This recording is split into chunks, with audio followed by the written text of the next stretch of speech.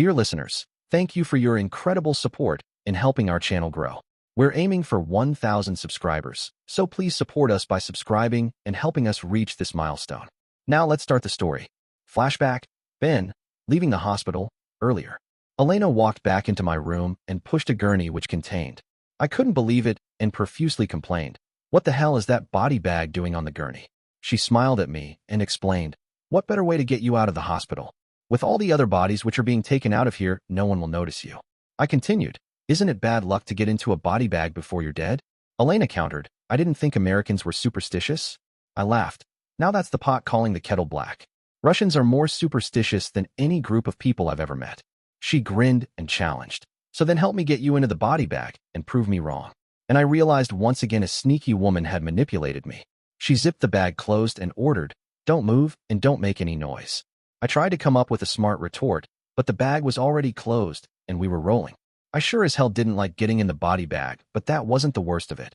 Whoever the scumsuckers were that loaded me into the vehicle, we were taking bang the hell out of me and tossed me in like a sack of potatoes. It took all my willpower not to shout and scare the crap out of them. Yeah, that would have been a good joke, and I needed to remember that one for the future. We didn't seem to drive very far, and the next thing I know she's unzipping the bag. I fire off my retort, since I'm not your type, I bet you don't have much experience with zippers. She countered, that would depend if I was the male or the female in the relationship. Now would you like to know which one I am? I held up my hands in surrender, not really. She giggled, you are so funny sometimes. It is a good thing you are not my type, otherwise I might not return you to Tatiana. I looked around and noticed we were in some sort of abandoned building and asked, just where are we? Elena stated, someplace which will be perfect for us to use as a hideout. Now let's do a news report and let the Chechens know you are no longer at the hospital. She placed me in front of a white background and began the interview. Flashback, Masha, at the hospital. We rushed back inside the hospital and saw that Elena was interviewing Ben. She stated, this is for the Chechen idiots who keep blowing things up trying to kill Sergeant Blank. He has been moved to a secure location that only he and I know, so you might as well lick your wounds like the dogs you are and go home.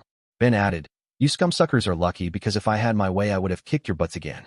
And you can bet the minute I can walk I'm going to hunt you down like the dogs you are and kill you. That elicited a cheer from the Spetsnaz and the others watching. However, I was extremely troubled. I caught Tatiana's eye and motioned with my head to meet outside.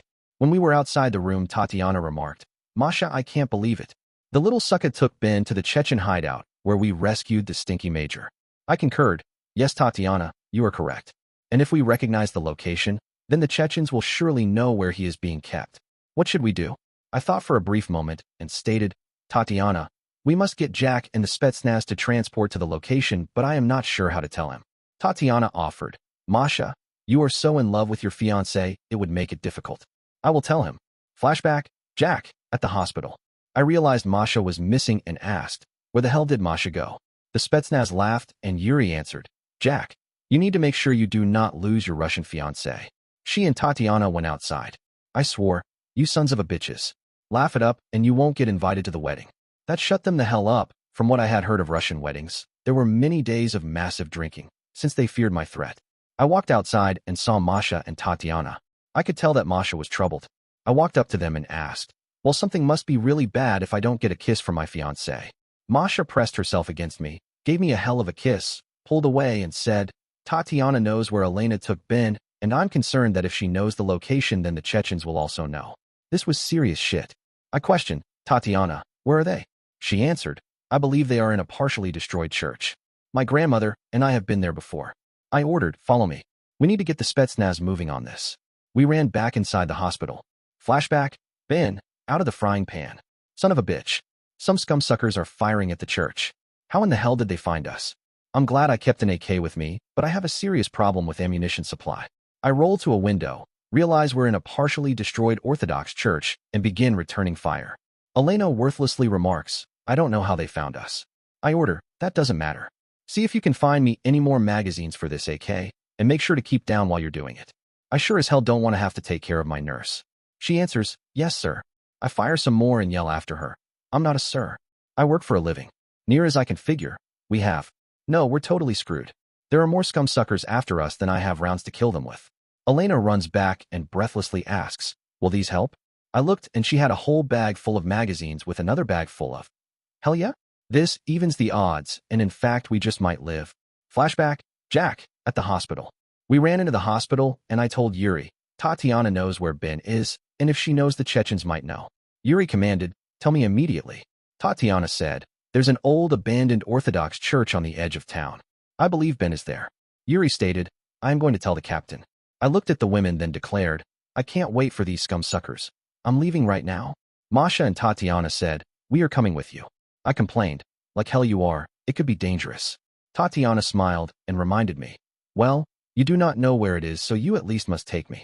I consented, damn it, we're wasting time, and you're right. I kissed Masha and said, honey, please go back to the hotel room where you belong and we'll be safe. Now let's move it. Flashback, Masha, at the hospital. I was incensed. Go back to the hotel where I belong. Tatiana recognized my scarcely concealed anger, but thank God Jack did not. She grinned at me as they left for the Orthodox church, so I used hand gestures to convey my anger, the finger. I flagged down the next cab, flashed my fake FSB identification, and ordered, put your rearview mirror where you cannot observe me, and get me to the old Orthodox church as fast as you can drive. He complied, and I began my transformation. Flashback, Jack and Tatiana, at the old Orthodox church. Holy shit. We got close to the old Orthodox church, and it was a war zone. Yeah, all hell was breaking loose. There were pieces of bodies lying everywhere, tons of gunfire and shit. Hand grenades were flying out of the church like communion wafers being served at a Catholic Massachusetts. I don't know how many men were in the church with Ben, but it had to be a shitload to deal this much damage. Shit. The taxi was hit, so he stopped and yelled something in Russian, and Tatiana translated. He will not take us any further. We must run the rest of the way. I ordered, like hell I'm bringing you with me into a war zone. You need to go back to the hotel with Masha. She shocked me when she flipped me the bird, jumped out of the taxi, and ran toward what was probably her death. Ben was going to kill me if she got hurt, and kill me worse if she died. I flew out of the taxi after her. The driver took off like his but was on fire, and then I saw something that amazed me. Some old grandmother, yeah, I guess everyone hated the Chechens, was behind the Chechens, shooting the hell out of them. Hell, she and Ben's team had the scumsuckers trapped in opposing fields of fire and were ripping them new a-holes. Screw, here comes another bunch of grenades. I could not believe it. Somehow Masha beat me here, had changed into her disguise, and was attacking the Chechens from behind. Between her and whoever was in the church, they were destroying the Chechens. I liberated a rifle from one of the many Chechen bodies and began to assist. Oh no, here comes more grenades, I needed to. Flashback, Jens, at the military hospital. I just began to feel better when Evelyn sloshed into my room, carrying a bag with her. I was shocked because I was sure she was too drunk to drive. She stumbled just in time for Daddy to catch her. Daddy helped her to the side of the bath thingy they had me in. She took one look at me and declared, Jennifer, if you think this will get you out of dancing in Swan Lake, you are very wrong. Daddy said, Evelyn, you are drunk. Just look at Jennifer. There's no way she can dance in the ballet. Evelyn swore, Glenn, I am not the hell drunk. If I was drunk, there's no way I could have driven here. And there is no way in hell Jennifer is getting out of the ballet. For all I know you, and she planned this whole thing. My daughter will perform as Odette, or else. Daddy interrupted, or else what? I had enough of their bickering, so I yelled, both of you shut up. I've made up my mind I will dance as Odette in Swan Lake no matter how much it hurts. Now leave my room and give me some peace. Evelyn looked flabbergasted at me, and Daddy grabbed her arm and ordered, well, Evelyn, our prima ballerina has spoken. Evelyn complained, Glenn, did you hear the words she used? She used the F word again. Daddy wisely questioned, of course I did, Evelyn. Isn't this the way all prima ballerinas speak? Evelyn continued with her confused look and remarked, well, I do know they speak a bit roughly, but Jennifer? Daddy attacked, well, Evelyn, you always wanted a prima ballerina, and it looks like you finally have one whether you like it or not. Now let's leave our princess alone. They started to leave, and I yelled, I'm not your freaking princess anymore, so stop calling me that. The doctors and nurses came back, began to remove the pieces of cloth, and I complained. I felt good for a little bit, but now I'm in bunches of pain. The doctor asked, Nurse, how long ago was the morphine injection? She answered, over an hour ago. He ordered, let's put her on morphine injections every 4 hours with Percocet tablets in between the injections. The nurse said, I will go get a Percocet now. She came back, gave me a tablet, and said, it will take about 20 or 30 minutes for the tablet to work. They began to remove the cloth, which hurt like heck. Then the pill started to work and the pain was tolerable. I thought about things and decided the prima ballerina card could be a very good thing for me. I always wanted a new camo tight set, and oh yes, definitely one of those too. Flashback, Alexei, at home some time later. I had an excellent day at school, and my new plan worked perfectly. I could tell my parents were slightly confused at my behavior, which was new response for them. As we finished dinner, Father asked, "Alexei, perhaps you would like to work on the cryptex tonight?" I faked a yawn and stated, "Not really, Father. I plan on doing my homework and retiring early." Mother questioned, "Alexei, do not tell us you have grown tired of the cryptex?" I boldly stated, "No, Mother, I have not. However, I realized too much of my time was consumed trying to solve it. So I now allot a limited time each day to work on the solution." I watched closely as they exchanged glances and knew my plan was working. Yes, I had decided to turn the tables on them. Yes, the rat in the maze had turned the table on the tester. I needed the rest of tonight, after my homework was complete, to devise some new tests to perform on my parents. Flashback, Mira and Ira, in Israel. After our altercation with the behemoth man and Naomi, I looked at Irina's katana and suggested, "My sister, perhaps now would be a good time to take the trip to Japan we have always coveted?" Ira smiled and then countered, "That, Marinka, is an excellent idea. However, we have some previous commitments we must first alleviate." Dreading what must surely await us, I lied. "What previous commitments are those?" Ira complained, "Marinka, you are neither blonde, bimbonic, nor idiotic. We have made promises to Safia and Naomi, which must be fulfilled. And with the new information on the behemoth man, we need further observations to determine his real intent." I looked at the behemoth man, considered our next action, and shuddered. "Ira, how will we remove his alimentary canal plug?"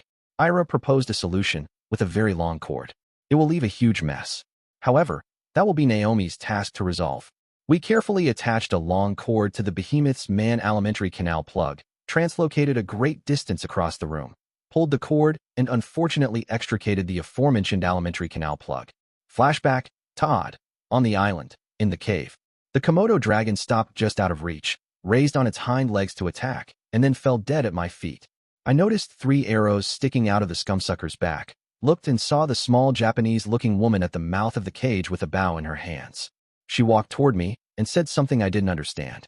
I shrugged my shoulders. She then produced a knife and made a motion I did understand. I was to clean and dress the dead Komodo dragon. I had dressed deer before, but had no idea what to do with the dragon. The Japanese woman watched as I began to field dress it. When I attempted what I thought was the next action, she jumped up, yelled at me like crazy, and proceeded to beat the shit out of me with her bow. When I woke up, the dragon and the woman were gone. Present, Jack, at the cabin. Masha takes off running toward the truck that Jennifer's dog caused to crash, and I yelled, "Where the hell are you going?" Present, Masha, at the cabin. Jack cannot comprehend that Jennifer's dog, who also helped to save and bring Irina back to us, has been injured and might need veterinary attention. While I am not a veterinarian, I am sure I can render excellent assistance to the dog. I yell a reply, "Shark has been injured, and I must render first aid. Please continue with your work and recover our son." I approach the dog, and then something unexpected happens. Present, Jack, at the cabin. I order the Marines guarding the perimeter, "Make sure you keep my wife protected." I then turn back and continue to tear into the tunnel's ventilation system. We finally get the main cover off, and I see something I sure as hell don't like. I ask the other men, "Is that what I think it is?" Then one of them unwisely shoots it, and all hell breaks loose while one of the perimeter Marines says, "Sir, you need to see what's going on. Shit, when it rains it sure as hell pours." Present, Glenn, at the cabin. When I make my announcement of the special forces coming, everyone stops and listens. Other, that is, than the twins' brother, because he keeps firing at what I hope are fake Marines.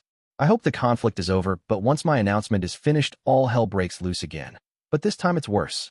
Yeah, the fake Marines are even more obvious now, and it appears they are intent on killing as many real Marines as possible. This has turned into one huge Mongolian cluster shit. I mentally decide to screw it, and once again personally join in the fray.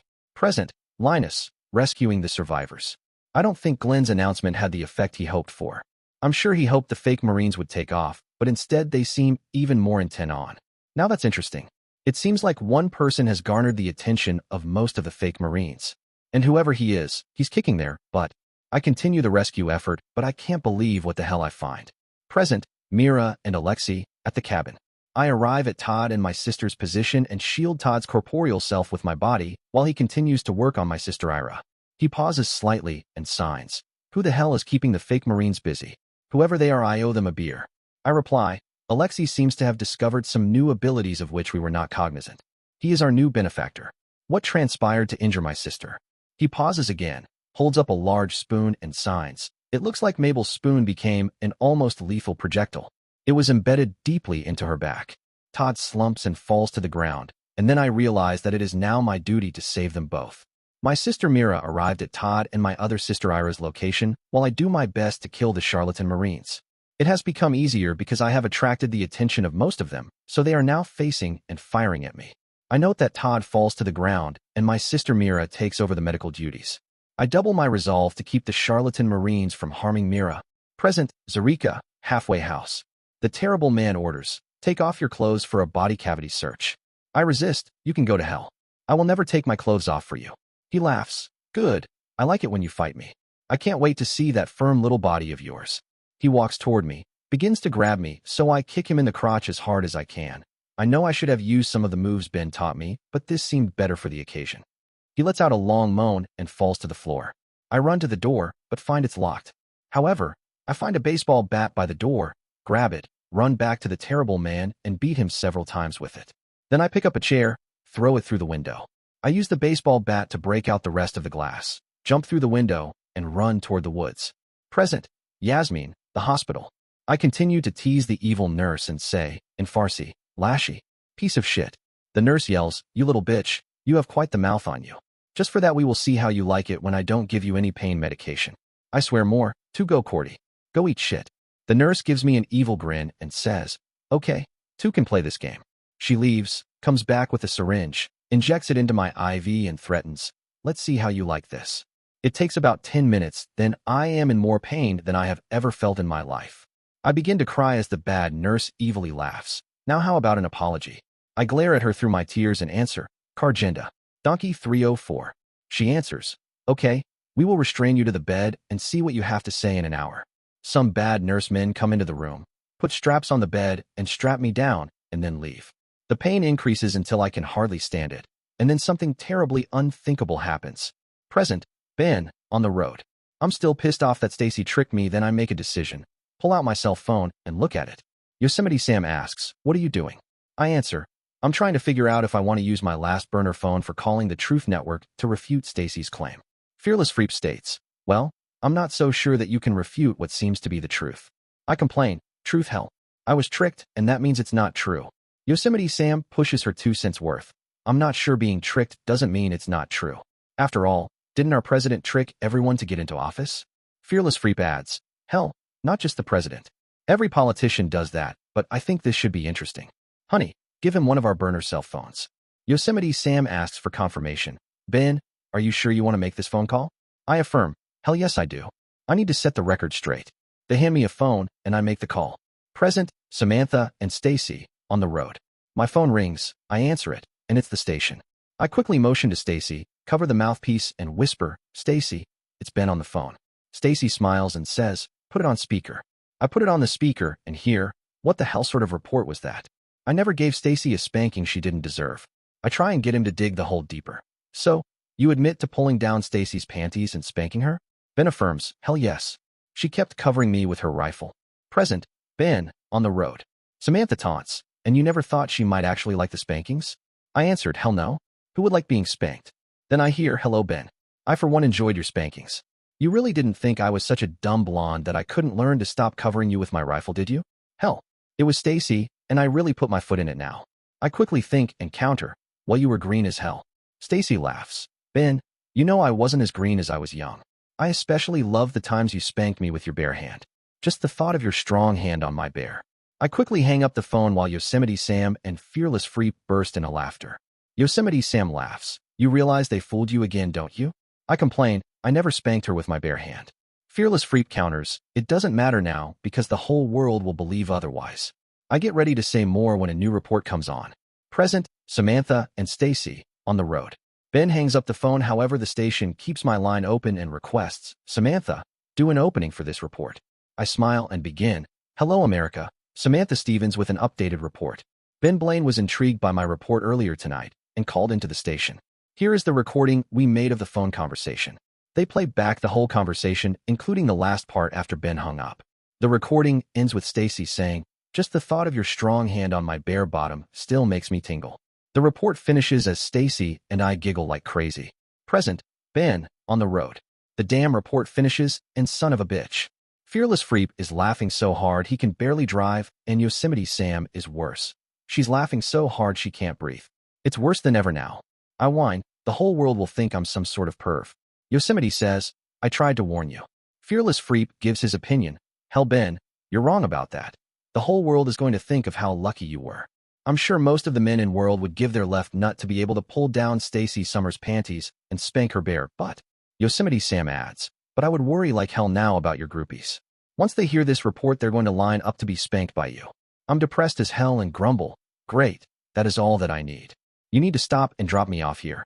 Present, Stacy and Samantha, on the road.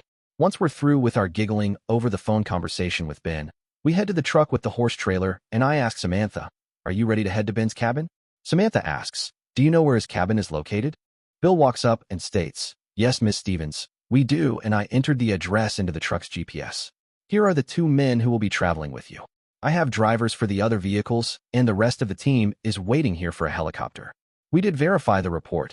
Jennifer, her aide Maria, Liz, Bernie, and young Ivan Reynolds, Jack and Masha Reynolds' boy, are trapped in the tunnels. I reply, thank you, Bill. Above all, be safe and do whatever it takes to rescue the people trapped in the tunnels. I turn to Samantha and say, well, let's go. I feel like doing some driving before it gets too late. Bill cautions, Miss Summers, please watch your speed, especially since you are towing the horses.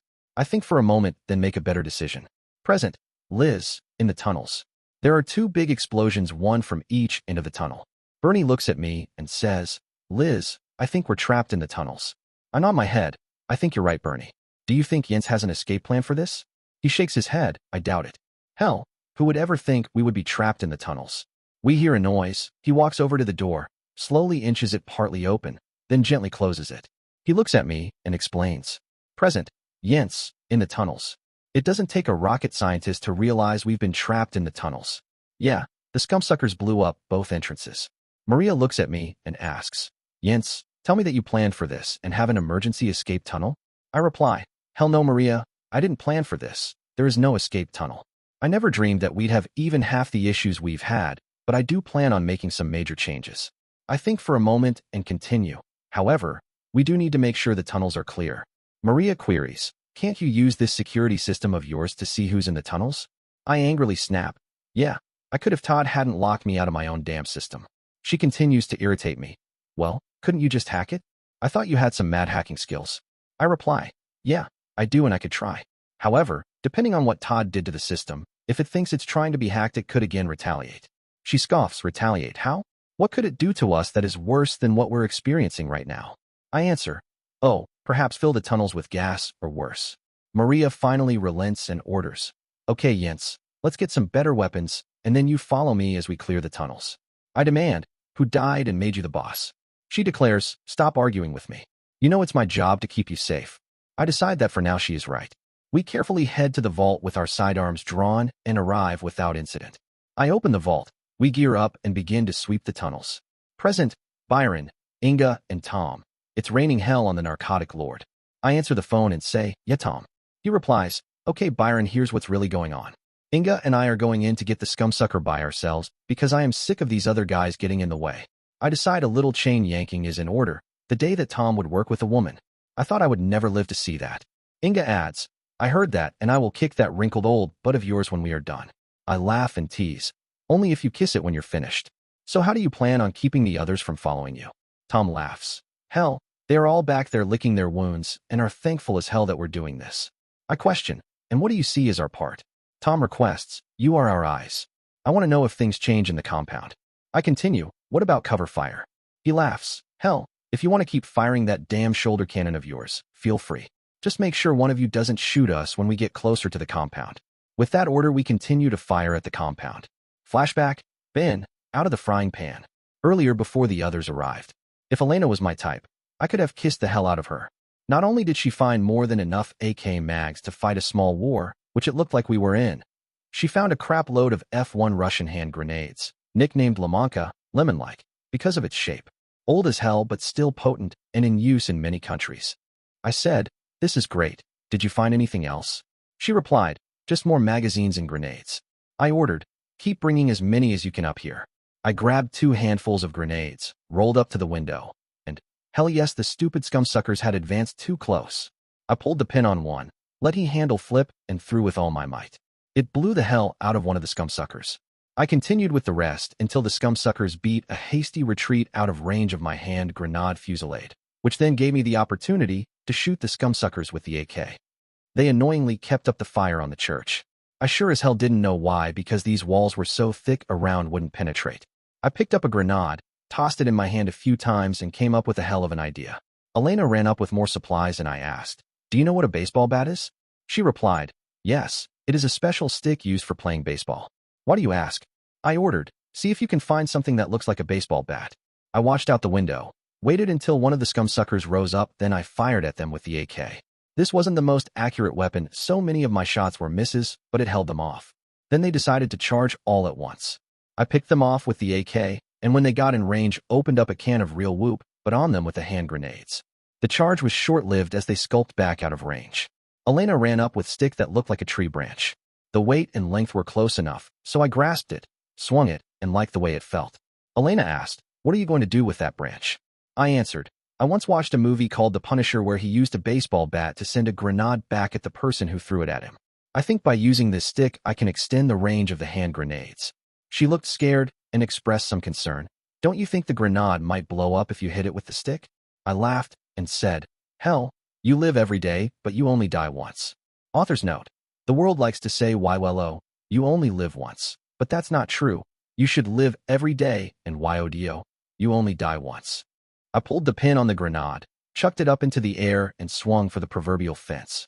The makeshift bat connected with the grenade. It didn't detonate on contact, thank God, but it sailed past the position of the scumsuckers.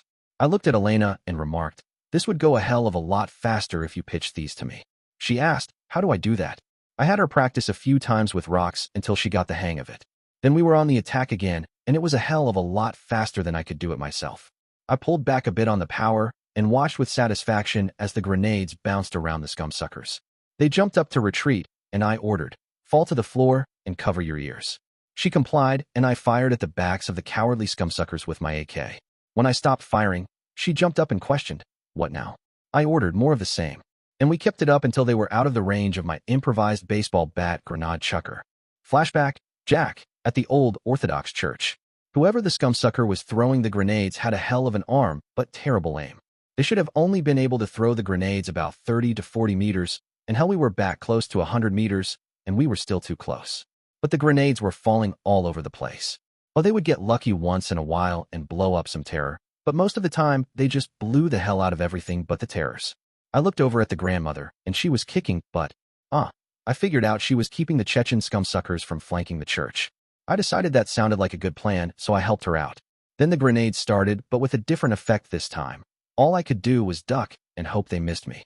Then I was shocked when the grenades stopped because the old grandmother jumped up and ran, better than any grandmother I had ever seen, toward us. The Chechen scumsuckers fired at her, so I gave her covering fire and even took out a couple of them.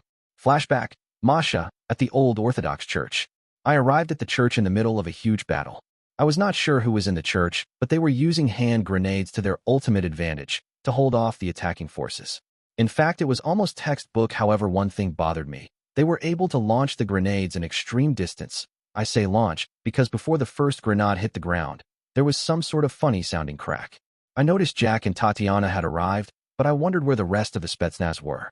I had been busy making sure that none of the Chechens flanked the church, and then removed the ones who foolishly exposed themselves to me. Then the tactics of the grenade launcher changed. In response, I hugged the ground and prayed. When I looked up, no, Tatiana had been injured. I must get to her. Flashback: Ben, out of the frying pan. I decided to try something different and ordered, "Elena, hold the grenades for a count of 1 before you pitch them to me." She asked, "Do you think it is wise?" I answered, "Hell yes, it's wise. These grenades all have about a 4-second fuse. If you hold them for 1 second and I hit them as hard as I can, then we will have airburst grenades. And no scumsucker can hide behind anything from them. You see, the other grenades were hitting the ground and not doing much damage. Hell, if you lay on the ground, a grenade can go off damn close to you and you won't be hit, especially if you happen to be in a little depression." My plan worked as the first one went off in the air and rained shrapnel down on the scumsuckers. Flashback: Jack, at the old Orthodox church. The old grandmother ran past me to Tatiana and began to take care of her. I guess she was wounded by one of the damn airburst grenades. I'm not sure how the hell they did it, but it ripped everyone, including us, a new a-hole. I ran to Tatiana and stated to the grandmother, "We need to move back further." The grandmother said in a strange voice, "Yes, we are much too close to the church. She is stable enough for moving, but I will continue to work on her after we reach a safe distance." I grabbed Tatiana, and we both hauled but away from the church. The scumsuckers start firing at us, but only until the next round of airburst grenades started going off. I finally heard the obscenely noisy BTR-80 coming. Flashback, Ben, out of the frying pan. Elena paused and asked, "What's that noise?" I listened and answered, "Unless I am wrong, that's the Spetsnaz BTR-80 finally arriving."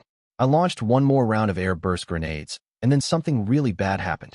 Flashback, Jens, at the military hospital. They took a break from removing the clothes stuck on me because my pain was too great. The nurse gave me another injection and said, "We will be back in 10 minutes to start again. Your parents are waiting outside to see you." I questioned, "Will the burns I received leave many scars?" The nurse looked around and answered, "I shouldn't tell you this since it should come from a doctor. Most of your burns are second degree and those should heal without scarring, especially if we apply some creams to them during a topical massage. Now do you want your parents to come into the room?" I thought for a moment and said, "Cover me first, and then you can send my parents into the room." She covered the tank I was in with a sheet, then left. My parents walked into the room and I ordered, "Okay, mother, let me see what clothes you brought me." She held out the bag. I snatched it out of her hand, opened it, looked inside and swore, "What sort of frickin' crap is this?" Then I dumped it all on the floor and demanded, "I want a new set of camo tights to wear, several changes of camo underwear, and also a real set of BDUs, not the bogus fake ones. I also need the makeup that I normally use, not this bullshit that makes me look like some sort of wicked witch. You are dismissed to do as I have ordered." Flashback, Glenn, at the military hospital. Jennifer was playing this prima ballerina role to the max.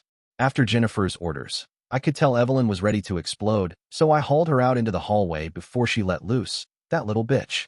Who does she think she is? I calmly answered, "Evelyn, you've received the prima ballerina you've always wished for, so now we have to live with the monster you've created.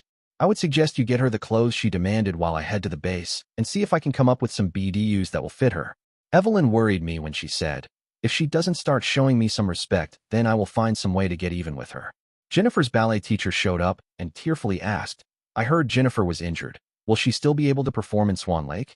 I replied, "Jennifer told us that she would dance no matter how bad the pain was." She asked, "Would it be permissible if I went in to see her?" Evelyn answered, "Feel free to go in, but I warn you that she's acting like a real bitchy little prima ballerina."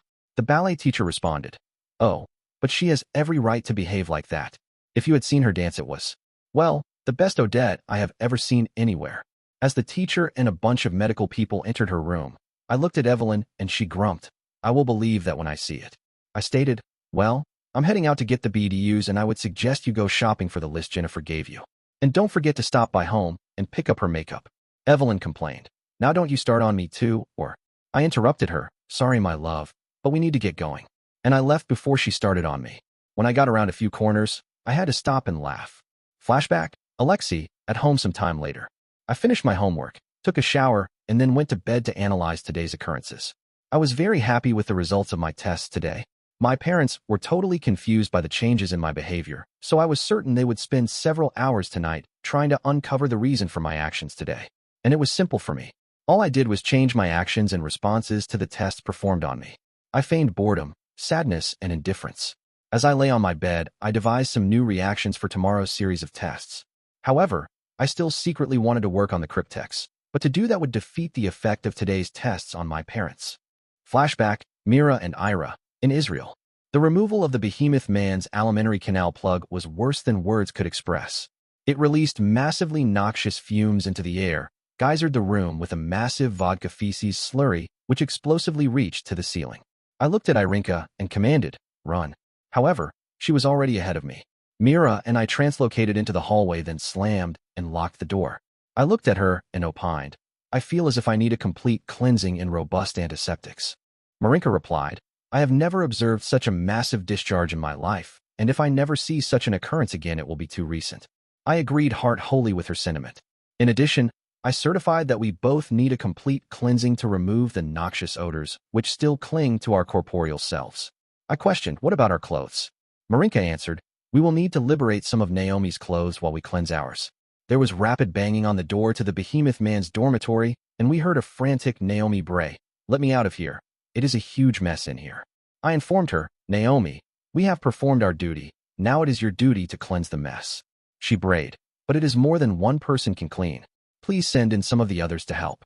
I questioned, "Others? We do not know of these others." Naomi informed us, "They are in the harem bedroom of the house. However, be careful as it is guarded by eunuchs." I looked at my sister and asserted, "Irinka, you are again correct. There is more here than the eye meets." I answered Naomi, "We will locate this harem dormitory and send you assistance." Then I whispered to Ira, "Ira, please locate the harem dormitory and interview the women to ascertain how they have been treated. I am going to use the computer to research alternate treatments for Safia." Ira reminded me, "Don't forget that Masha's nasty email requires a response."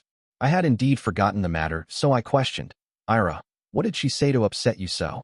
Ira's eyes flashed extreme anger when she related, "Masha ordered us to self-copulate." Upon receipt of that information, I agreed, "Yes, Irinka, that missive merits a response of the most extreme nature. And I think I have something which should repair her diminutive wheeled red vehicle for children." We both left to perform our assignments. Flashback, Todd, on the island, in the cave. After some time had passed, the woman returned. She sat just out of reach and began to speak, but I couldn't understand her, so I shrugged my shoulders. She pointed to herself and said, "Lou." I tried to croak a Lou, but it ended up more like a grunt than anything else. She repeated, "Lou." Then she slowly moved her hands and mouth, and I realized she was using some sort of sign language. I moved my hands to mimic her, but she shook her head no, repeated Lou, then pointed to her mouth as she used her hands. I tried again and added the mouth movements, and for the first time she smiled and nodded. I pointed to the bed and looked back in her direction. She then appeared to draw a character in the air. As I tried to replicate the pattern, she actually laughed at my attempt. She took a stick, drew the character in the dirt, then drew it in the air. I tried again and must have done better this time. We spent the next several hours with her trying to teach me her language. Then she stood up, pointed to the IV, and made a sign of slicing my neck. Now that I understood without needing to be told, if I attacked her again when she changed my IV, she would kill me. She walked over, changed my IV, moved back to her place, and I tried to croak a thank you. She said some words and moved her hands and mouth, and I copied. It was very comforting to know my captor and to be able to communicate with her. Present, Jack, at the cabin. Shit, it sure as hell is pouring here. We finally get the main cover off the air access for the tunnels, and there's something that looks like a machine gun in there. One of the Marines shoots it, typical Marine. Then it begins spraying the tunnel with rounds, and even jimbles up toward us. We dive to the ground just in time. I need to have a serious talk with Jennifer if she's still alive. Her killer cabin bullshit needs to end.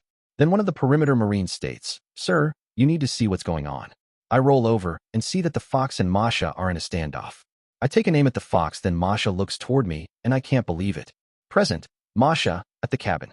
I approach Jennifer's injured dog as a Fox has dragged it away from the truck bomb. The Fox releases the dog, and then turns toward me, snarls, and feigns an attack. I am sure she doesn't understand that I just want to help. I do know if Jack sees this he will shoot the Fox, so I look back toward the ventilation system, see my Jack aiming his rifle, and I wave him off. I begin to talk to the Fox. "Girl, I am just trying to help." She continues to feign attacks and snarl, so I get angry at her, pick up a rock, throw it at her, and then, present, Jack, at the cabin. I about laugh my butt off. Masha picked up a rock and bounced it right off the Fox's nose. Damn, where did she learn how to throw like that? The Fox shakes its head, looks like it sneezes 3 or 4 times, and then takes off running for the hills while Masha continues toward Jennifer's dog. With her problem taken care of, I turn my attention back to the killer cabin. I slowly slip my head over the edge of the ventilation tunnel access, and son of a bitch. The machine gun swings toward me and begins firing again. I motion to the rest of my team. They crawl beside me, and we begin to make some plans. Present, Glenn, at the cabin. After my announcement doesn't do any good, I decide I'm going to take care of the fake Marines myself. Most seem to be distracted by the twins' brother anyway, as he's kicking some major, but I start shooting some of the false Marines with my sidearm, but quickly realize that I've made a huge mistake. Present, Linus, rescuing the survivors. I get some Marines to help me lift a heavy as hell table, and under it we find Mabel. She's looking pretty damn good for all she's been through. When we move the table out of the way, she begins to stir and demands, "Where's my spoon?" I answer, "I don't have any idea. How do you feel?" She complains, "Like I was ran over by 2 buses and a Cadillac." "What happened?" I reply, "Someone blew up the armory tent, and it also destroyed your tent. You're luckier than the others in the mess tent since most of them have major burns." I look up and I see something happening to Glenn that I sure as hell don't like. Present, Alexei, at the cabin. As I continue to eliminate the charlatan Marines, I notice something troubling. A large contingent of charlatan Marines have surrounded General Donaldson. He fires at them with his sidearm. However, he discovers, as many others have discovered, their body armor is impervious to pistol rounds. I find myself confronted with a rock and hard-placed decision to make. Turn my attentions to the general's predicament, or continue to protect my sister Mira. Naturally, family issues prevail, and I continue to protect Mira. My decision, unfortunately, has negative repercussions for the general. Present, Glenn, at the cabin. My pistol won't take down the fake Marines, so I change my strategy and begin to shoot them in the legs and feet. Unfortunately, that only works as long as I have ammo. As I fire my last round, the 1911 slide locks open. One of the fake Marines runs up and fires at me. The last thing I remember is, present, Mira, at the cabin. After Todd falls on top of my sister Ira, I maneuver him to the side of my sister, roll my sister on top of him to provide protection with her superior armor, and to inspect his work on her wound. His work is of the utmost quality and is a close approximation to what I would have done. However, it is obvious my sister is extremely exsanguinated, but not to the extent of being terminally threatened. I am not concerned overly because of our twin-enhanced consanguinity. I translocate Ira and turn my ministrations to Todd. He has received multiple projectile wounds to his posterior torso, but he is fortunate that none have seemed to transect any major organs or arterial pathways. I commence placing pressure dressings on the wounds, then rotate him onto his back to aid in the function of the dressings. I need fluid replacements for both of them, however there are no sources available other than myself. I am not sure of Todd's blood type, however because I am type O negative, the universal donor, this is not a concern. I begin to set up a bifurcated autologous transfusion device. Then Alexei arrives and states, "My sister, it appears the charlatan Marines are finally retreating, however there is one impending issue." I question, "What is this issue?" He replies, "They have captured the general and are removing him from the battlefield as they retreat." Deciding I could do nothing to intercede on the general's behalf, I resume my medical task. I briefly consider using Alexei as an additional source to aid in the transfusion, but I need someone to stand watch, so I order, "Alexei, I am going to transfuse both Ira and Todd. When I become unconscious, please discontinue the blood transfusion." He wonders aloud, "Mira, isn't that dangerous for your continued well-being?" I inform him, "I have no other acceptable choice. I must deplete myself so they will live." Present, Zarika, escaped. Because of my future husband Ben's excellent training, I exactly recall the route to Yasmin's hospital and realize it is not very far away. I find the road used by the car which brought me to this evil facility and begin to run toward the hospital. Present, Yasmin, the hospital. I cry in my pillow. This was never supposed to happen, not until I say a silent prayer begging that Zarika is doing better than I am. Present, Ben, on the road. I can't believe how badly things have turned out for me. I'm depressed as hell and say, "Great, that is all that I need. You need to stop and drop me off here."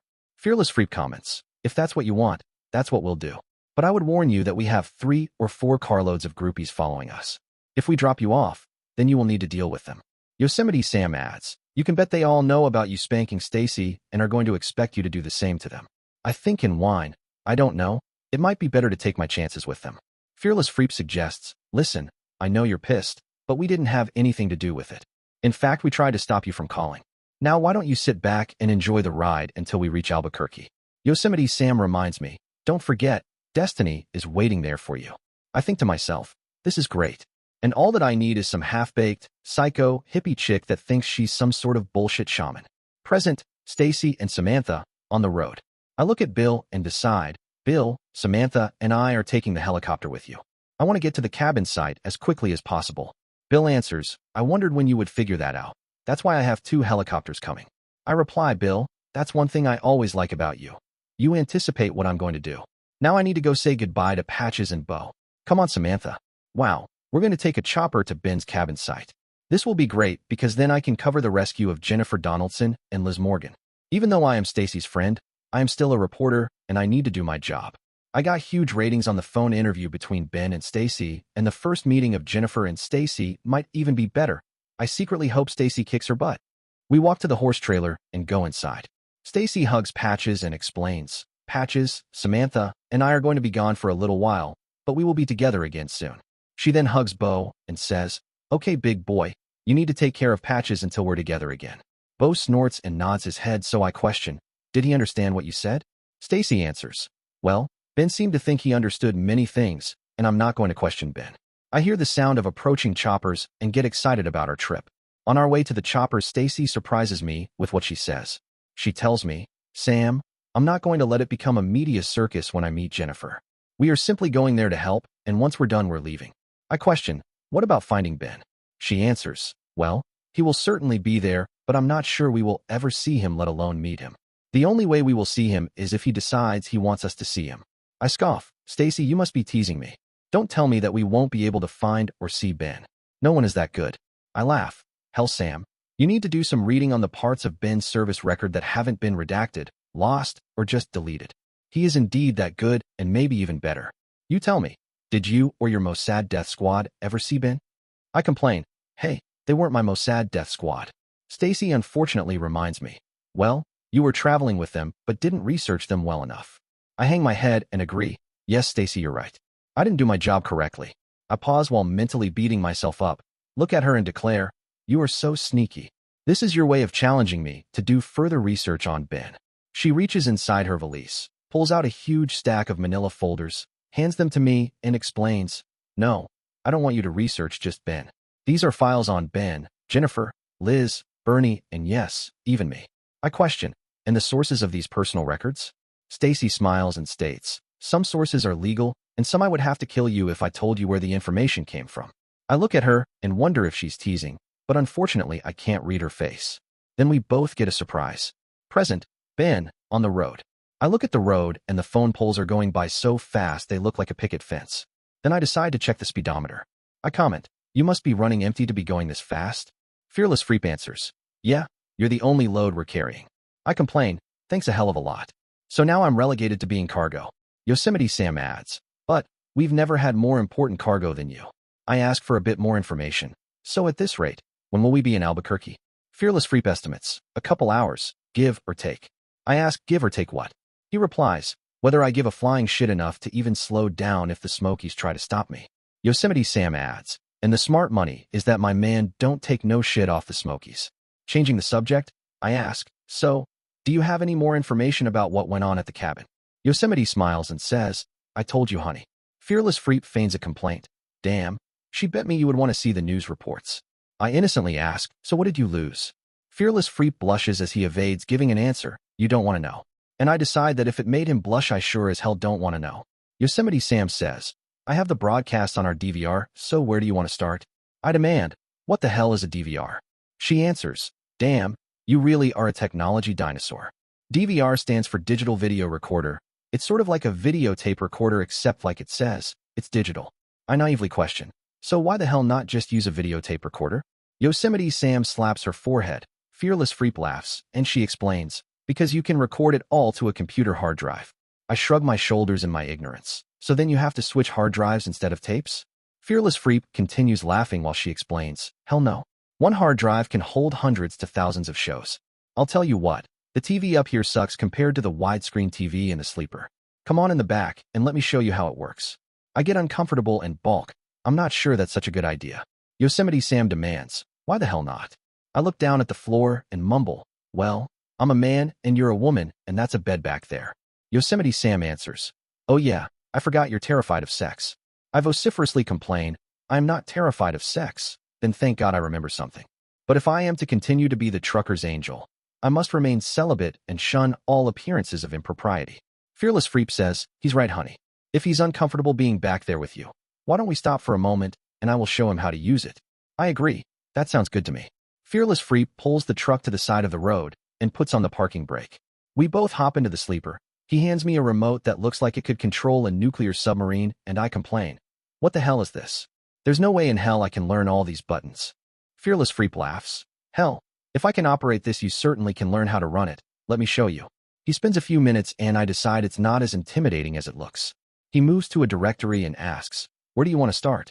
I reply, with the first report. Fearless Freep asks for a little more information, the first report about the cabin or the first report about the attacks. I answer, I know all about the cabin, so let's do the first attack. Fearless Freep brings up a video and says, this is the play button, this is the rewind button, and this is the speed things up button in case you want to watch it faster. This is the end button and takes you back to the file list. You can see they are listed by the date recorded. Now you try it.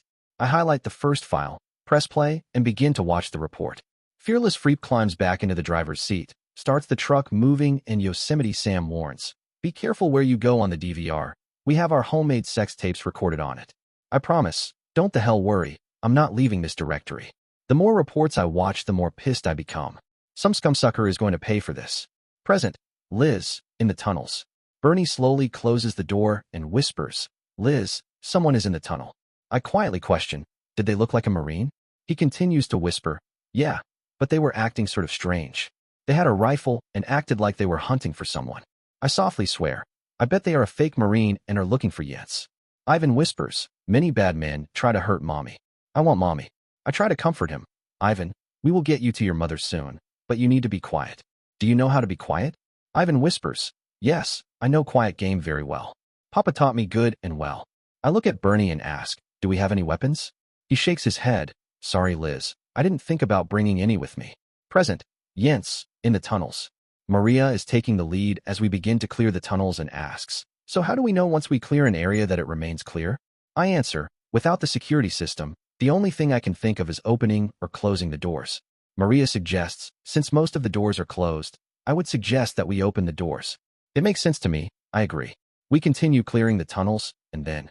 Present, Tom, Inga, and Byron. It's raining hell on the narcotic lord.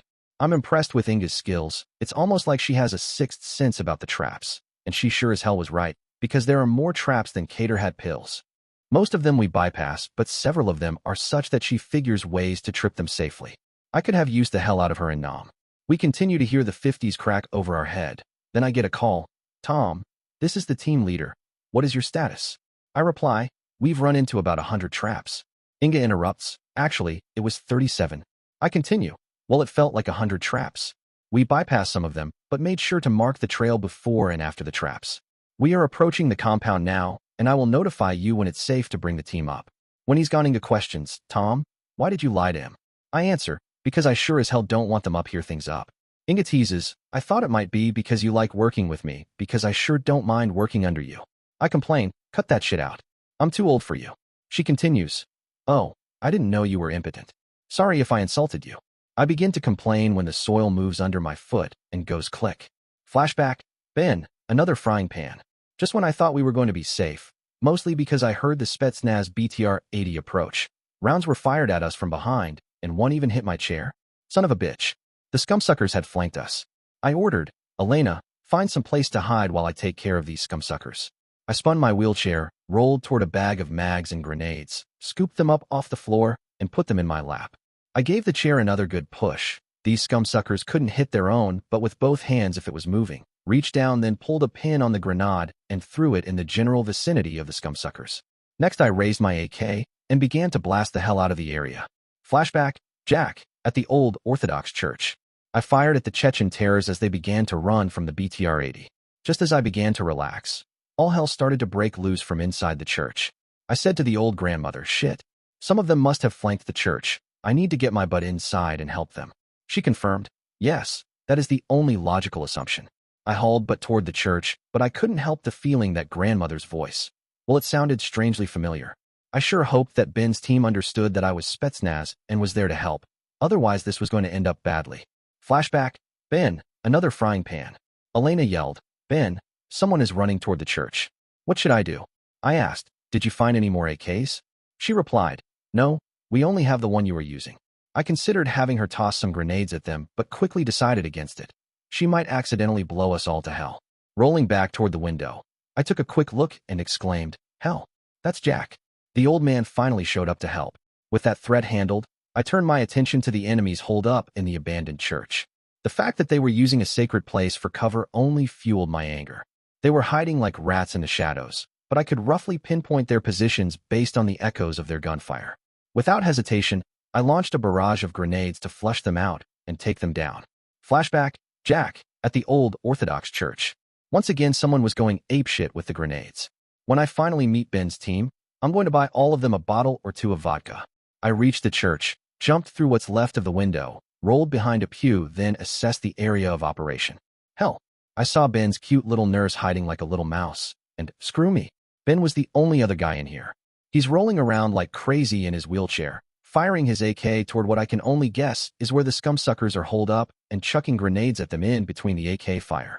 I jumped up, ran toward him, saw a bag of grenades on floor, and grabbed them as I ran past. I ducked behind another pew, then started helping Ben with the grenades. We were doing great until... Flashback, Ben, another frying pan. Jack is here, and we're really starting to kick some butt. I see the scumsuckers start to run away, begin to relax when I hear something that concerns the hell out of me. I tip my wheelchair on its side and begin to pray. Flashback, Masha, at the old Orthodox church. I began working on Tatiana and determined most of her wounds were shrapnel, which didn't enter her body very deeply. I removed the shrapnel and dressed the wounds while she repeatedly complained, Masha, we must save Ben. I replied, Tatiana, whoever is with Ben is doing fine by themselves. We need to dress your wounds, then get you to the hospital. Jack must not discover my ruse. I finished dressing her and prepared to move her when the hounds of Hades visited the church. Flashback, Jens, at the military hospital. They started working on me again, and then of all people, my ballet teacher showed up. She gave me the nicest roses. They reminded me of the ones Ben sent me. I sure hope you remember what happened to those, and questioned, Jennifer, will you still be able to perform in Swan Lake? While using the prima ballerina card on my parents, I hadn't yet considered how I could use it with my ballet teacher, at the ballet school, or any other places. I needed some time to think about all the possible ramifications. So I replied, Olga, my teacher's name. Even though the pain is very great, I think I will be able to perform. Olga replied, Jennifer, you must perform for us as I have several very important people coming to the performance. Just let me know whatever you need, and we will try to do it for you. She squeezed my hand. I looked at her face and actually saw tears in her eyes. That helped me to make up my mind. The nurse interrupted, Ma'am, you will need to leave while we continue to treat Jennifer. She smiled at me, blew me a kiss, and left me to the pain of having the melted clothing removed from my burned skin. Flashback, Glenn. Hellbells. Who would have thought it would have been so hard to find BDUs for Jennifer? I finally gave up trying to requisition them, went to the BX, Base Exchange, and purchased them. While I was at it, I found several other camo items I thought she would like, so I added those to my purchases and headed back to the hospital. The minute I entered the room, I wished I had returned here earlier. Flashback, Jens, at the military hospital. They finally finished removing all the melted clothes from my burns, removed me from the water, carefully dried me, which hurt like heck, and gave me one of those stupid hospital gowns. You know, the ones that show your whole backside. Everyone left the room except for my friend the nurse. She was doing something with my IV, so I asked, What are you doing? She answered, It's time for your next pain medication injection. I smiled because I knew that soon I would feel the warmth and pain relief spread through my body. I asked, Now that you're finished removing the cloth, what's next? She stated, Well, young lady, you were very lucky since most of your burns are minor. There are a few places, mostly on your back, which will require monitoring and some debridement. But you should be able to go home in a few days.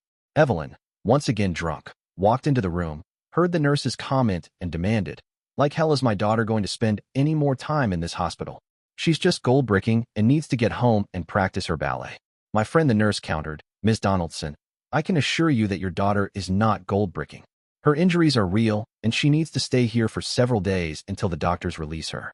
That got Evelyn on her high horse. She yelled, I am General Donaldson's wife, and you can't make me keep my daughter here. Jennifer, get your lazy butt out of that bed and get dressed. The nurse pressed the call button, then ordered, Young lady, don't get out of that bed. Evelyn approached the bed, but the nurse intercepted her.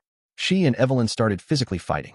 Daddy walked into the room and demanded, What the hell is going on here? Evelyn slurred, Glenn, they won't let me bring Jennifer home. The nurse argued, Sir, the doctor said she needs to spend a few days in the hospital for observation. Daddy said, Evelyn, we can't go against the doctor's orders. Evelyn stated, Well, if Jennifer can't come home, then I'm going to get her ballet teacher to come here and give her private lessons. Daddy asked, Nurse, is that something that is possible? The doctor walked into the room and demanded, What's this I hear about you trying to take my patient out of here? Daddy said in his defense, Don't look at me. Evelyn declared, That's right. My daughter is performing as Odette in Swan Lake, and she doesn't have time to be lying around in bed getting fat and lazy. Suddenly I had a great idea. I began to very loudly cry. Everyone stopped, looked at me, and Daddy asked, Jennifer, what's wrong?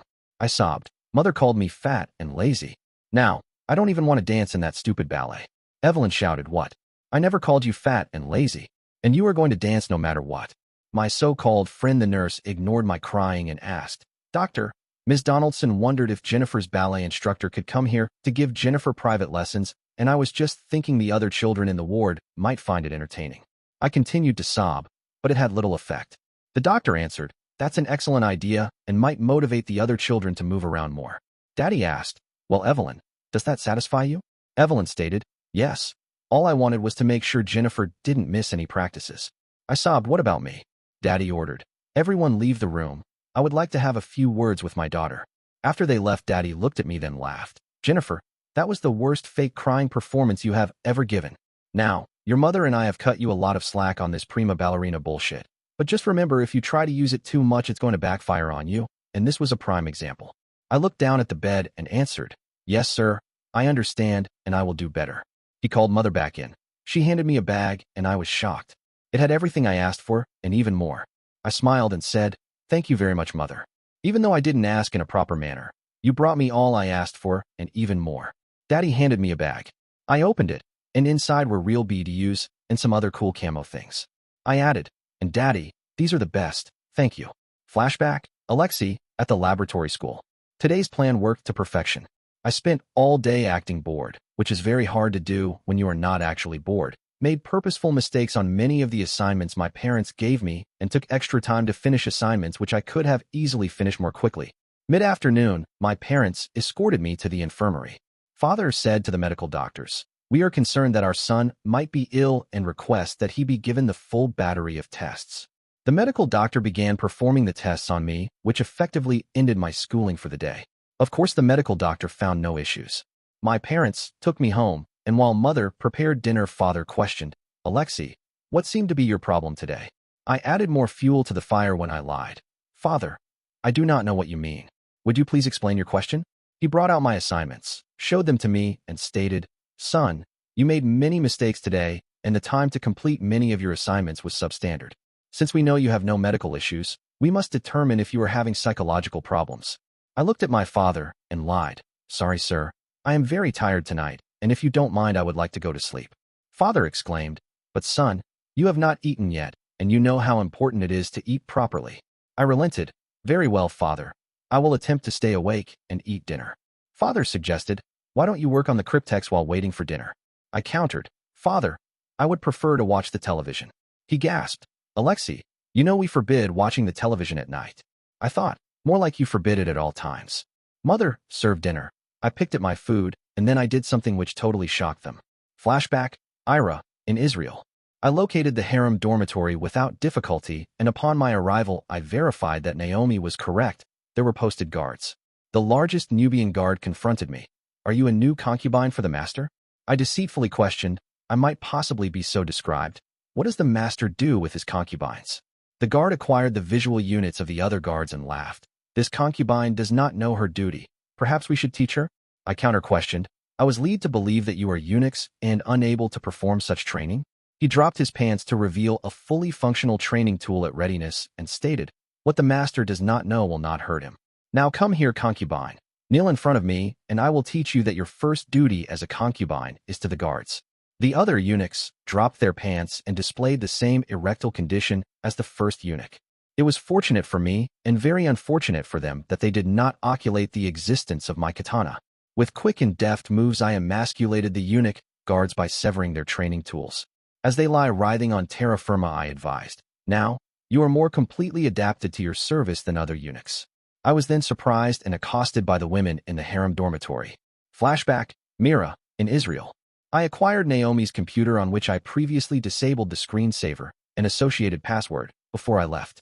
First business of order was to answer Masha's insulting email. I gained access to our email system, verified that Ira's information was correct, and sent Masha an email which she would never forget.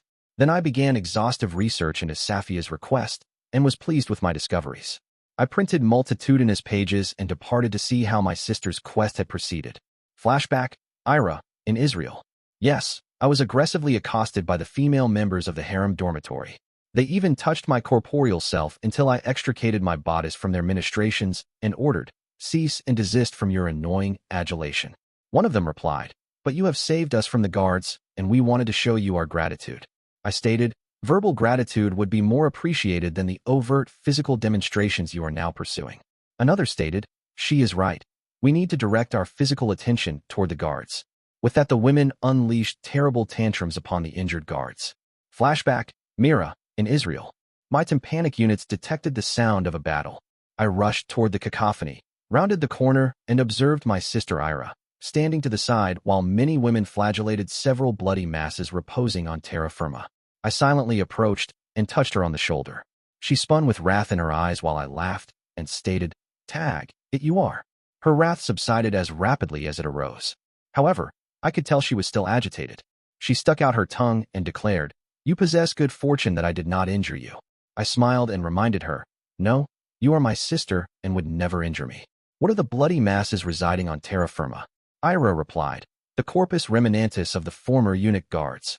One of the ladies paused and explained, "They were neither eunuchs nor guards. They were murderous scumsuckers who tortured and assaulted us every night." Another lady added, "Or sold us as entertainment for their friends." I questioned Ira, "Have you ascertained what role Achim played in this tragedy?" Another lady answered, "At first he was little better than the so-called guards, but when he became obese his tastes changed." I questioned, "In what manner did they change?" She replied, "He no longer demanded sex from us.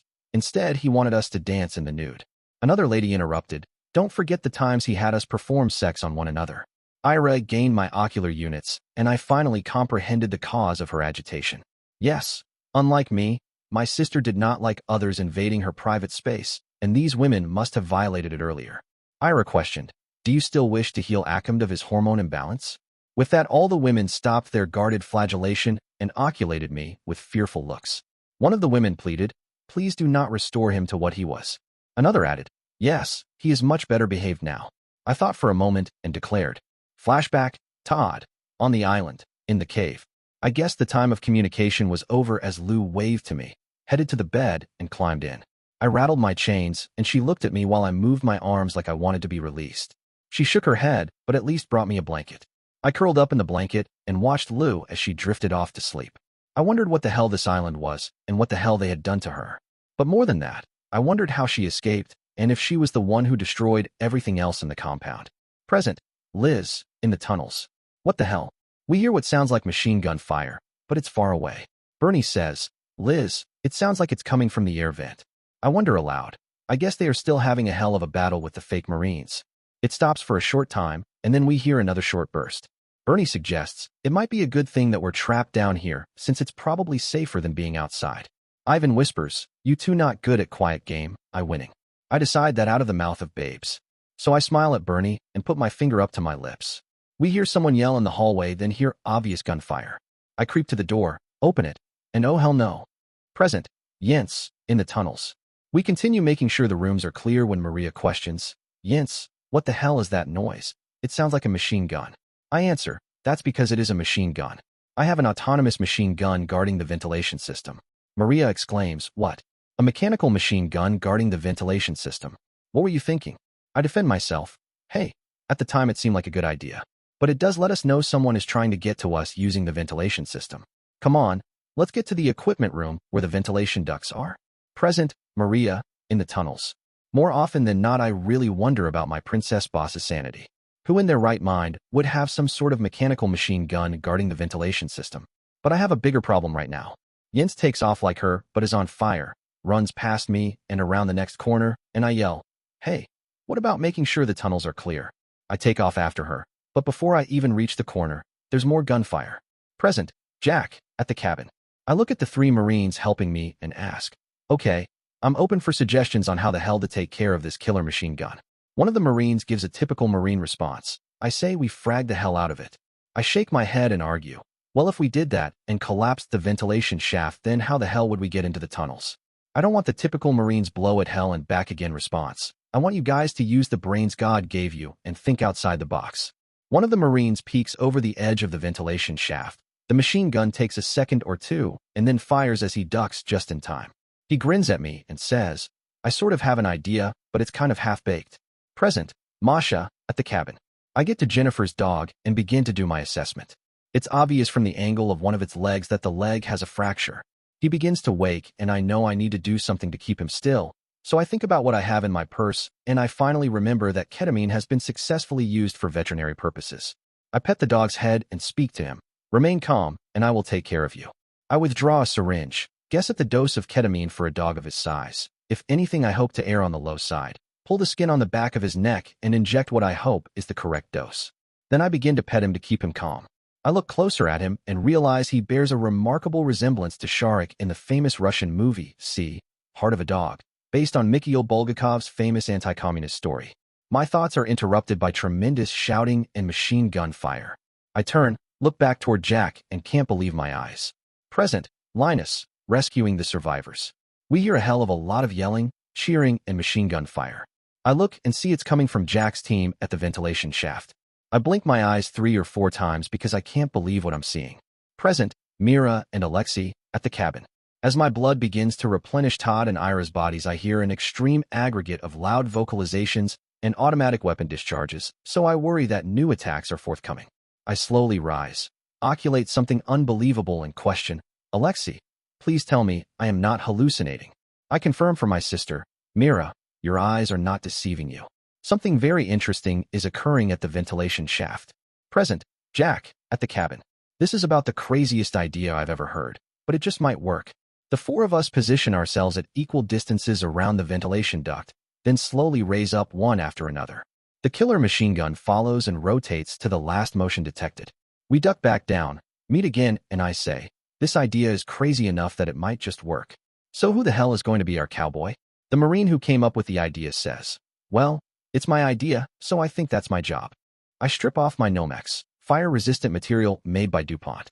Jack borrowed these gloves from the previously mentioned chopper pilot. They are standard issue for Army chopper pilots. Gloves, hand them to him and advise, you're going to need these more than I am, but try not to screw them up, and remember you're only going to get one chance to do this right. We position ourselves around the ventilation duct again, and I order, on 3. 1, 2, 3. As we each raise up and the killer machine gun begins to chase us, the crazy Marine with the harebrained idea jumps over the side of the ventilation duct, lands straddling the killer machine gun, and grabs onto it with both hands. The killer machine gun goes crazy trying to get to him, but his weight keeps it from being able to get its barrel up in the air. He begins to whoop like a cowboy, and we begin cheering him on. Present, Alexei, at the cabin. I would prefer to continue to observe the spectacle at the ventilation shaft. It was both exciting and insane. However, my duties to my sisters and Todd take first priority. The color has returned to my sister Ira and Todd's faces, and my sister Mira has become extremely exsanguinated and weak. I make a decision, move beside her, and remove the autologous transfusion tubing from her arm as she complains, Alexei, you have prematurely stopped the transfusion. I counter, no, my sister, you are incorrect. The situation has changed. The charlatans Marines have vacated the area, and you are no longer only suitable donor available. She continues to complain, Alexei, you cannot be a donor unless you know your blood type. I inform her, my sister, I am the same blood type as you, and I can indeed be a universal donor. I refuse to lose one sister to save my other sister and Todd. I cleanse my arm, tie off my bicep, and wait until the arteries expand. Then I insert the needle into my arm and release the blood flow. I do make certain to purge the air out of the system before connecting it to Ira and Todd. Mira struggles to stop me, but cannot intervene because of her weakened state. Now I turn my attention to protecting the 4 of us. I must make sure to terminate this transfusion before I lose consciousness or weaken myself to the point experienced by my sister Mira. Present, Zarika, at Yasmin's hospital. I arrive at the hospital where the bad lady imprisoned Yasmin, and I wonder how I will enter the hospital. I begin to walk the perimeter of the hospital, and then I see a large group of girls about my age waiting by a doorway. I walk over to the group and say hello. A girl answers, hello, are you here for the Candy Striper program?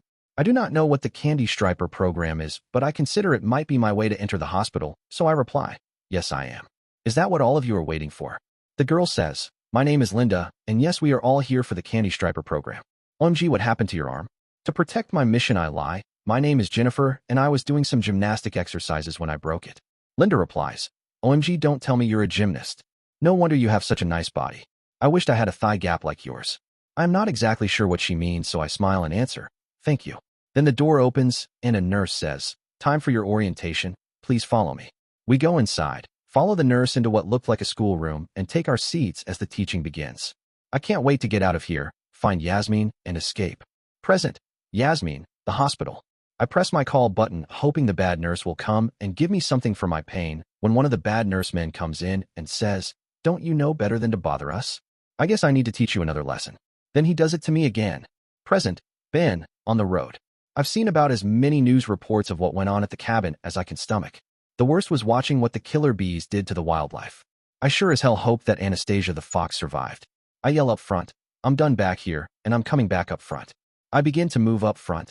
Yosemite Sam sees my face and observes, you look like you're ready to kill someone. We struggle past each other. I take the passenger seat and answer, you bet. Some scumsuckers' heads are going to roll for what they did at the cabin.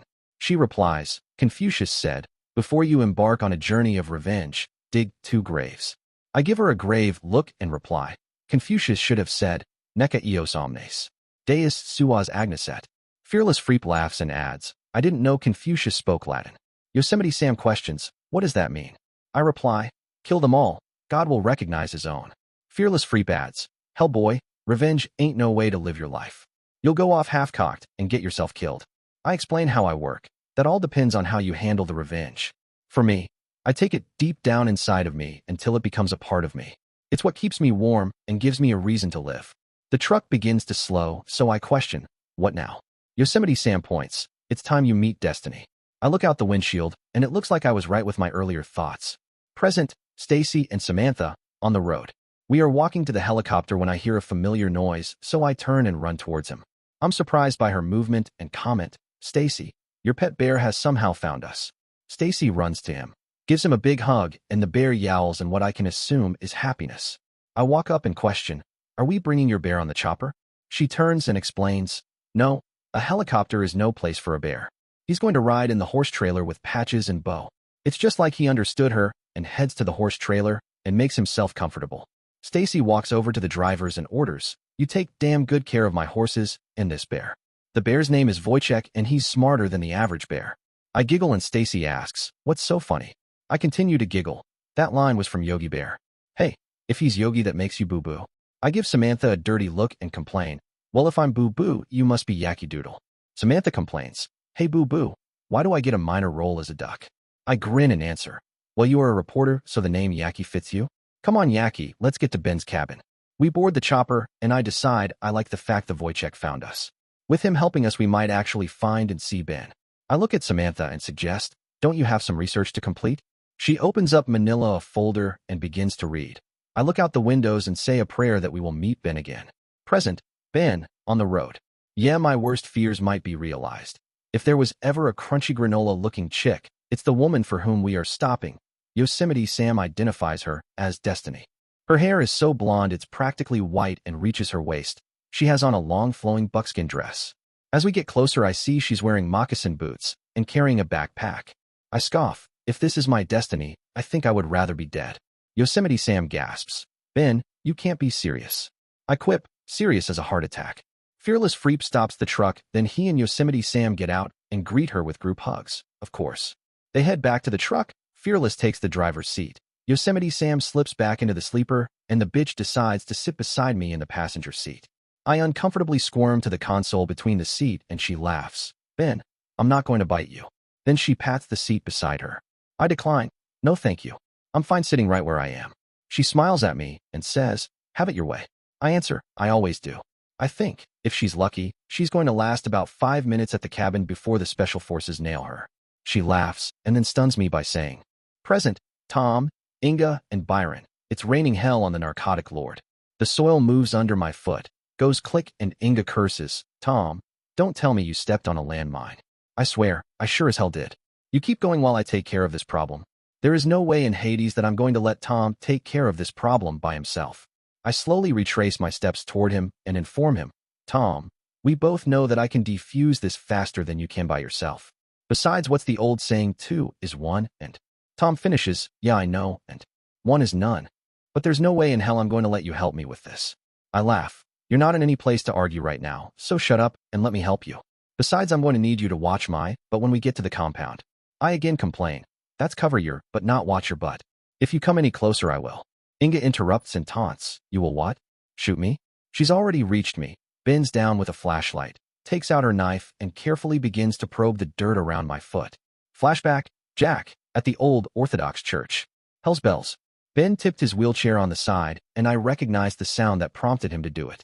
I dove to the floor right beside Ben's new nurse and made sure to hold her head down as all hell broke loose. The stupid scumsuckers in the BTR-80 decided to fire on the church with the 14.5mm cannon, and it ripped the hell out of everything. I didn't know who the scumsucker was that gave the order, but was mine if I lived through this. Flashback, Ben, one more frying pan. I heard the 14.5mm cannon start firing and tipped my wheelchair on its side just in time. The rounds ripped the hell out of the church and made a hell of a ballistic crack as they passed overhead.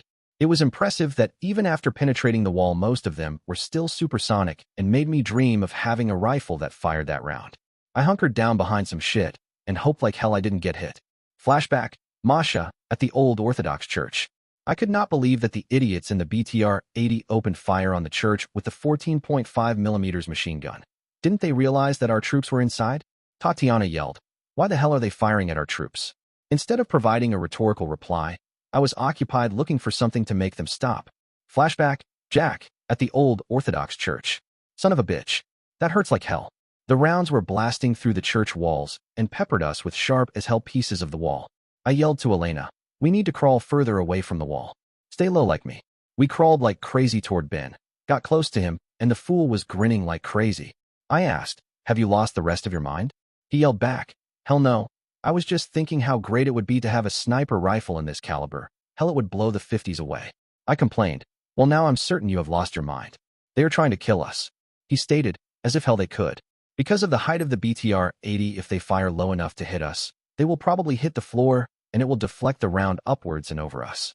A round goes zing as it goes past us, and Ben added, see, that's a ricochet off the floor. I do admit I felt better when he said that. Then just as quickly as it started, the firing stops. I yelled as I jumped up, I'm going to go kick some butt. Ben complained, but I ignored it. I had some butt to kick. Flashback, Masha, at the old Orthodox church.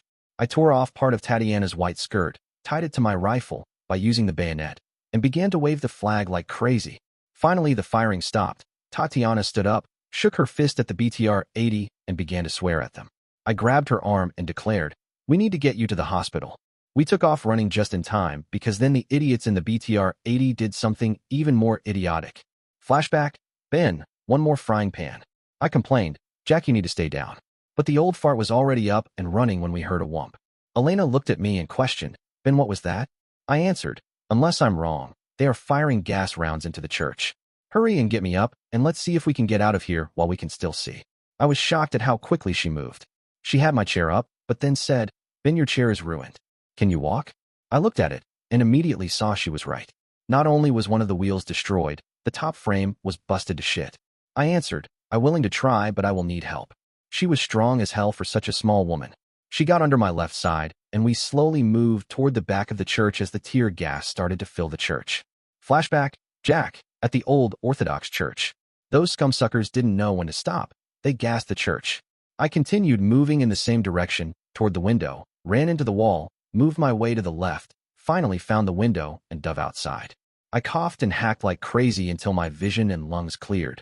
Then I stood up, flipped off the BTR-80, leveled my AK at it, and fired at the scumsuckers. In hindsight, perhaps that wasn't such a good idea. Flashback, Ben, one more frying pan. We just made it to the back of the church when son of a bitch. They started firing again. Thank God this time it was the 30 and not the 14.5. The 30 caliber rounds bounced off the outside walls of the church and didn't even make much noise. The sound reminded me of hail. Elena slowly lowered me to the ground, pulled out her cell phone, and said, it's time to stop this. She placed a phone call to her television station and began to describe everything. Flashback, Jack, at the old Orthodox church. I dove to the ground just in time as the scumsuckers opened up on me with the damn 30 caliber, and I wished like hell they would have used the 14.5 again. When the 30 rounds impacted the wall of the church, they splattered and hot pieces of copper and lead rained down on me. I crawled like crazy away from the wall toward the BTR-80. I wished like hell I had an anti-tank round I could have fired at them. Flashback, Jens, at the military hospital. After giving me the things I requested, my parents left, and the nurse came back into the room and confronted me. Jennifer, you should know better than to try to pull that fake crying routine on me. It was an embarrassingly bad performance. I looked down at the bed, pulled at the sheets, and apologized. I'm sorry, Daddy already scolded me about this. I won't do it again. She surprised me when she said, you should be happy that you can be Odette in Swan Lake. That's a dream that few people ever get to fulfill. I looked at her and challenged that thought. How would you know about that? She glanced at her watch and answered, well, I have a little bit of time, so let me show you and tell you. She put her foot on the chair beside the bed, pulled up her pants leg, and I gasped. Her leg looked terrible. It was misshapen and looked like someone had beat on it with a hammer. Then she sat down and began. You might not believe this, but when I was younger I was like you. I was scheduled to dance the part of Odette for the NYCB, New York City Ballet. But then this happened, and I never had the chance to fulfill that dream. My throat became very dry as I asked, if you don't mind me asking, what happened? She smiled and replied, if I still minded, I wouldn't be talking to you right now. Much like you, I was the new and rising star. I had just dethroned the previous prima ballerina and was basking in the glow that I would finally start the beginning of my career. The night before the opening, I was at the meet and greet party when I unwisely accepted a ride home from the director of the ballet. I didn't realize at the time that he was drunk. On the way back to my flat in the city, he ran head-on into another vehicle. It took the emergency crew 2 hours to free me from the vehicle, but that wasn't the worst part. I asked, what could be worse than that? She stated, well, the director died, but even worse than that, he killed a family of 4. A father, mother, and 2 beautiful twin girls. I looked at the nurse, and she was crying. I looked down at the bed and felt a few tears of my own start. I looked up and stuttered, so how? The nurse smiled and said, I think you're trying to ask me how I live with what happened? I will tell you. That's the reason I became a nurse. I figured it was the only way I could attempt to pay the debt I owed. Now I know your teacher, Olga, and if you are really as good as she says you are, then God has given you a real gift. But just remember, you never know when God might take that gift away from you. Later we can talk some more, but I have other patients I need to see. My friend the nurse left, and I thought very long about all she told me. Flashback, Glenn. I had some hope that my talk with Jennifer would do some good, as I was tired of all the fighting that went on between her and Evelyn. And speaking of Evelyn, she was drunker than 2 skunks. As we left, I asked her, did you drive to the hospital? She foolishly slurred her reply, hell yes I did. Why shouldn't I? I had enough confrontation for tonight, so I lied, because I thought I would drive you home. She demanded, what about my car? I said, don't worry about it. I will call security and tell them we're leaving it at the hospital for the night. You can take a taxi here tomorrow and pick it up. I grabbed her arm to help steady her as we walked to my car. I opened the door for her. She sat down and immediately fell asleep. I was happy things worked out the way they did until... Son of a bitch. Flashback, Alexei, at the laboratory school. Mother served dinner. Even though I was quite hungry, I feigned indifference and picked at my meal with my fork. Father questioned, Alexei, what is wrong? I smiled and replied, I am very tired tonight. Then I slumped forward and pretended to fall asleep in my food. I heard Father as he said, see dear, I told you we were working him too hard. Flashback, Mira and Ira, in Israel. Ira questioned my intention to restore the hormonal balance to Akhamed. The prospect of a return of his loudish behavior frightened the harem women. I thought for a moment and replied, I feel that I can correct some of the imbalance to reduce his weight, but keep his testosterone level such that he will not desire sex. The comment of one harem woman disgusted me. That would be perfect, as we prefer the love of each other to any encounter with men. I deflected my reaction to their aberrant behavior with an order. Naomi requested that some of you assist her in cleansing your master and his room. Several harem women vocalized, what are the problems? Ira squeezed my hand and lied. After witnessing the math after of Myra's anal vodka lavage, I knew better than to disclose the truth, so I prevaricated. I am not certain of the specific needs, however, she was quite insistent on requiring assistance. With my explanation, the harem women departed to assist Naomi. Mira smiled and opined, played well, my sister. I questioned, did you complete your tasks? I replied to Ira, I most certainly did. Masha will twice think about sending such an email again, and I also have uncovered information on Safia's condition. However, with what we have witnessed between the harem women, I am hesitant to abandon her here. Ira responded, I agree. To leave her here would banish her to a life of lesbianism. I added, or worse, if Akhamed accidentally reverted to his former self. So we must take her with us on our next adventure. Come, Ira, let us deliver this good news to Safia. We translocated to Safia's room, walked in, and she brayed. Thank God you two came back. I almost peed myself. Please help me to the bathroom. Ira began the restraint removal as I advised her. We apologize for leaving you here for such an extended time. However, we will offset that with excellent news. Safia requested, you can tell me as I pee. I countered, I would prefer not to observe your urinary functions, and will relay the information after you have completed your necessary duties. Ira provided additional incentive. Safia, if you agree to Myra's treatment plan, we will no longer have a need to restrain you. As Safia dashed into the bathroom, I looked at Ira, and we both began to giggle. Safia brayed. I can hear both of you, and unless you want a new conundrum, I would suggest you shut the hell up. I brayed through the door in retaliation. Please define shut the hell up. She counterbrayed. You know, shut your damn pie hole. Ira noisily questioned. What is a damn pie hole? Safia loudly brayed. You two are impossible. I grinned at Ira and teased. Safia, that statement is utter falseness. Since we are both here, therefore we are certainly possible. She opened the door, glared at us, and Ira further teased. I did not detect the sound of running water. Please return to the bathroom and bathe your digital extremities. I concur, teased. Yes. I for one do not wish to treat you if you are not sanitarily disposed. She muttered something unintelligible as she returned to the bathroom. Flashback, Todd. On the island, in the cave. I couldn't fall asleep last night, so I spent the night looking at Lou and wondering what her story was and wondering if I would ever know. I was thankful that she had found me, taken compassion on me, and cared for me. Without her, I would have died on the beach.